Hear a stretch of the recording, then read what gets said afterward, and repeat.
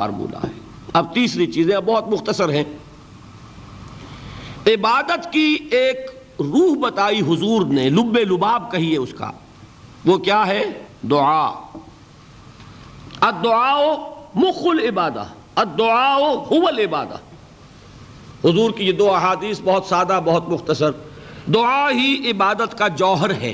مخ کہتے ہیں ہڈی کے اندر جو گودا ہوتا ہے وہ مخ ہے۔ گودا جو ہے عبادت کا وہ کیا ہے؟ دعا۔ توحید فی الدعا کیا ہے؟ صرف اللہ کو پکارا جائے گا۔ اور شرک فی الدعا، جس کو بھی پکاریں گے آپ مدد کے لیے اس کو آپ نے معبود بنایا ہے، کسے باشد۔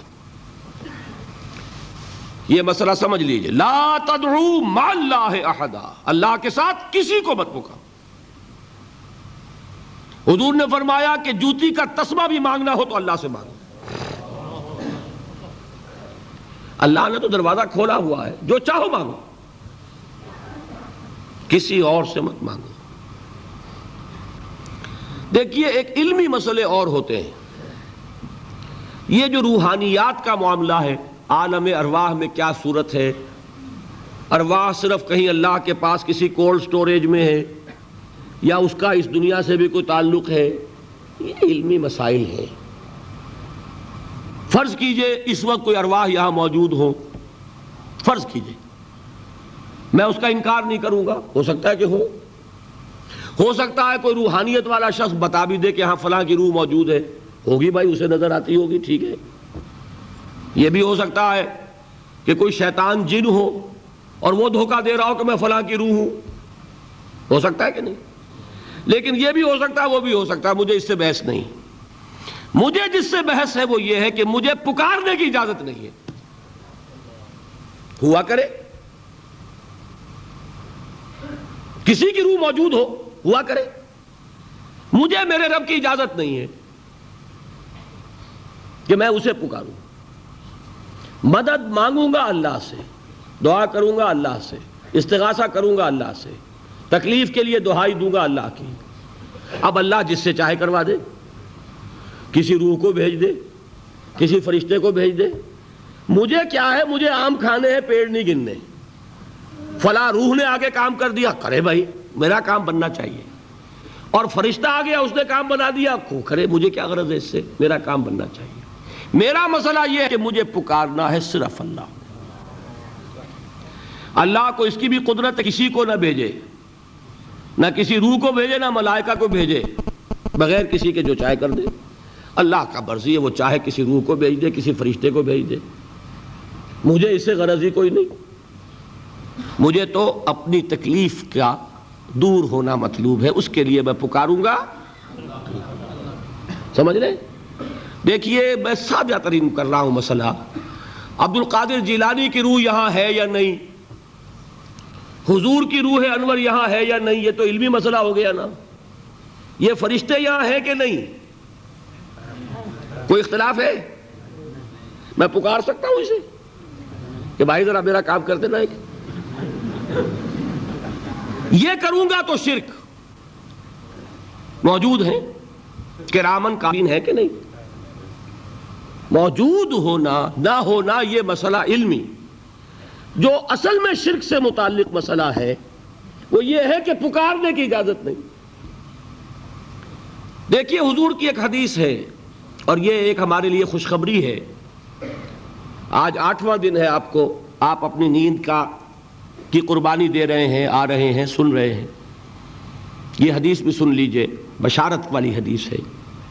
مجتمع قوم فی بیت من بیوت اللہ، نہیں جمع ہوتے کچھ لوگ اللہ کے گھروں میں سے کسی گھر میں۔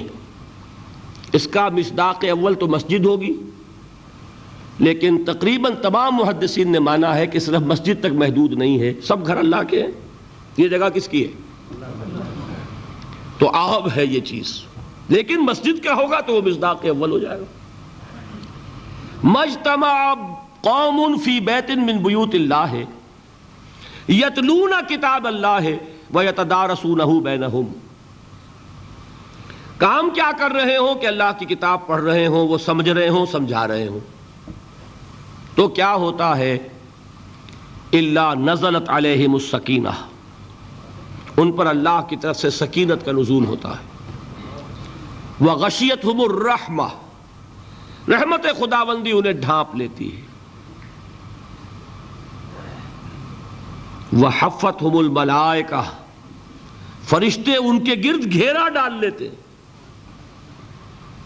وذکرہم اللہ فی من عندہ، اور اللہ ذکر کرتا ہے ان کا ملائکہ مقربین کی محفل میں۔ دیکھو تم کہتے تھے یہ انسان بڑا گھٹیا ہے، میرے وہ بندے اس وقت میرے گھر میں جمع ہے صرف میرے کلام کو سمجھنے کے لیے۔ اللہ فخر کرتا ہے اس میں، ذکر کرتا ہے اللہ اس محفل میں فی من عندہ۔ تو فرشتے ہیں کہ نہیں؟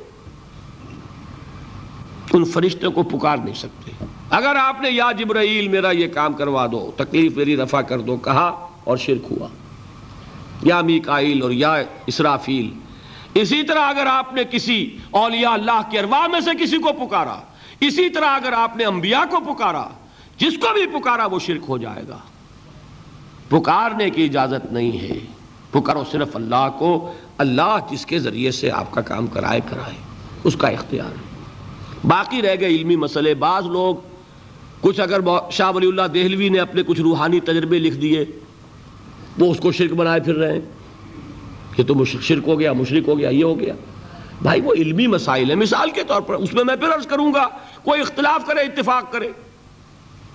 شاہ ولی اللہ نے یہ لکھا ہے کہ اولیاء اللہ کی ارواح ان کے انتقال کے بعد ملائکہ کے طبقہ اسفل میں شامل کر دی جاتی ہیں، اور اللہ جیسے اپنے احکام کی تنفیذ فرشتوں سے کرواتا ہے، ایسے ہی ان کو بھی اس کام میں لگا دیتا ہے۔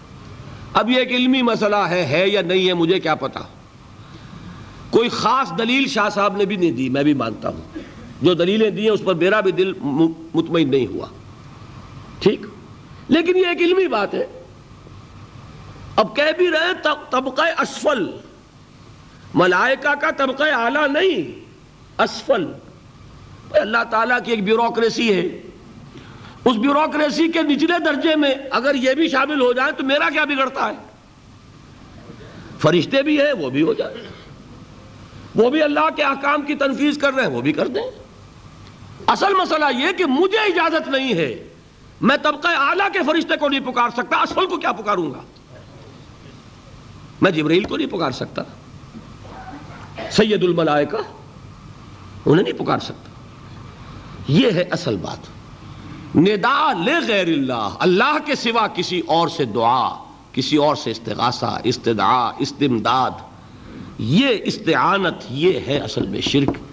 لیکن یہ علمی مسائل کو علمی مسائل کی جگہ رکھیے، آپ کو اچھی لگے مانے، نہیں اچھی لگے نہ مانے۔ شرک اور توحید کی بات اور ہے، شاہ ولی اللہ مشرک ہو جائیں گے تو موحد کون رہے گا؟ احمد سرہندی مشرک ہو جائیں گے تو پھر موحد کون رہے گا؟ لیکن یہ کہ کچھ لوگ ہمارے ہاں، اللہ تعالیٰ انہیں ہدایت دے، پاکستان میں ہیں ایسے سرفرے لوگ جو ان سب کو مشرک قرار دے رہے ہیں، اور بڑے نہ معلوم کتنے بڑے موحد اپنے آپ کو سمجھتے ہوں گے، جن کے نزدیک اشرف علی تھانوی مہا مشرک، وہ تو مشرک نہیں، مہا مشرک۔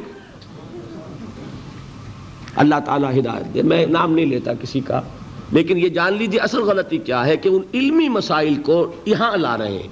وہ علمی مسائل ہے، کوئی مانے نہ مانے۔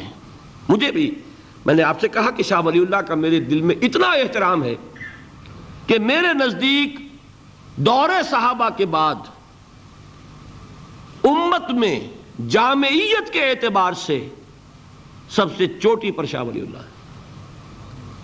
امام غزالی اور امام ابن تیمیہ کو جمع کریں گے تو شاہ ولی اللہ بنے گا، یہ میرا ہے کہ خیال ہے، لیکن مجھے ان کی اس رائے سے اختلاف ہے۔